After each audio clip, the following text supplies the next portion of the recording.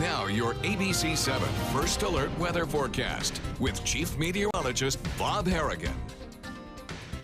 Well, it goes without saying, everyone's concerned and worried, and they rightfully should be a little bit worried about this storm that is moving well east of the Leeward Islands right now, but expected to have a huge impact down there. And it's a major Category 4 storm, could get up to 150-mile-an-hour winds as it approaches the northern Leeward Islands.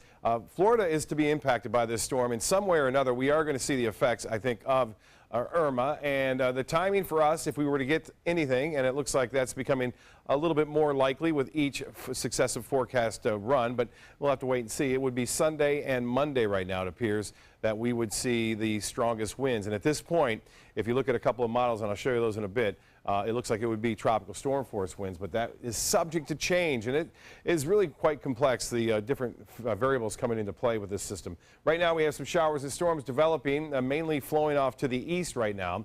The outflow from these earlier storms may generate other showers here along the coast later on this evening, and you can see a little bit of rainfall approaching Inglewood right now. So not out of the question to see some scattered storms through this evening. But we will see a little bit better chance for mainly inland storms over the next couple of days, and then a better chance for more widespread rain beginning on Thursday and Friday as a result of an approaching front. 88 degrees right now. Dew point is at 74, and winds are out of the west at 8. The pressure 30 inches even. The high today was 90. The low was 74, fairly close to seasonal averages. No rainfall to report so far, and we had 1.79 inches of rain so far for the month. Well, we have a hurricane watch in effect for the U.S. and British Virgin Islands, also Puerto Rico, which includes obviously San Juan, and then a hurricane warning in effect for the northern Leeward Islands, Antigua, and as well as Barbuda, also under that hurricane warning. And it looks as though those warnings will increase, I think, as time progresses through Wednesday. It looks like this is Wednesday, this is now Thursday, approaching on into Friday, and then Saturday being somewhere south of possibly Miami or Key West on Saturday. By Sunday, this particular model, the Euro model, suggesting right around Miami.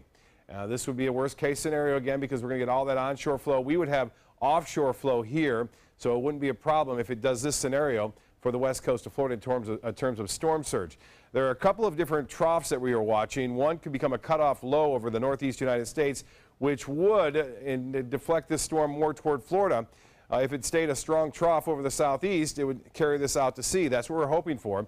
This is the GFS or the U.S. model. You can see fairly close to the European on day 5 from now. So again, on the wind scale, if this were at Sunday, and this is a subject to change, obviously, 5:30 in the evening, we would be getting tropical storm force winds, all offshore flow at this point.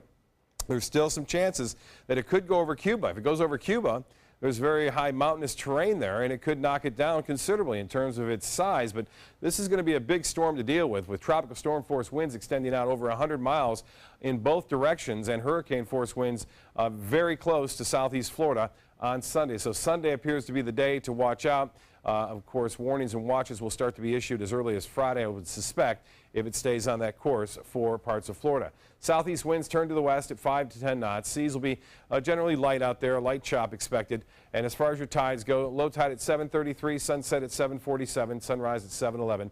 Partly cloudy, isolated, mainly inland storms, but a few could pop up near the coast later on this evening. Tomorrow, rain chances not all that high, but they start to increase. Not so much a result on Thursday as of Irma, but a frontal system will kind of consolidate moisture right over the top of us. And then, as I mentioned, Sunday and Monday, the big 2 days for us, it appears.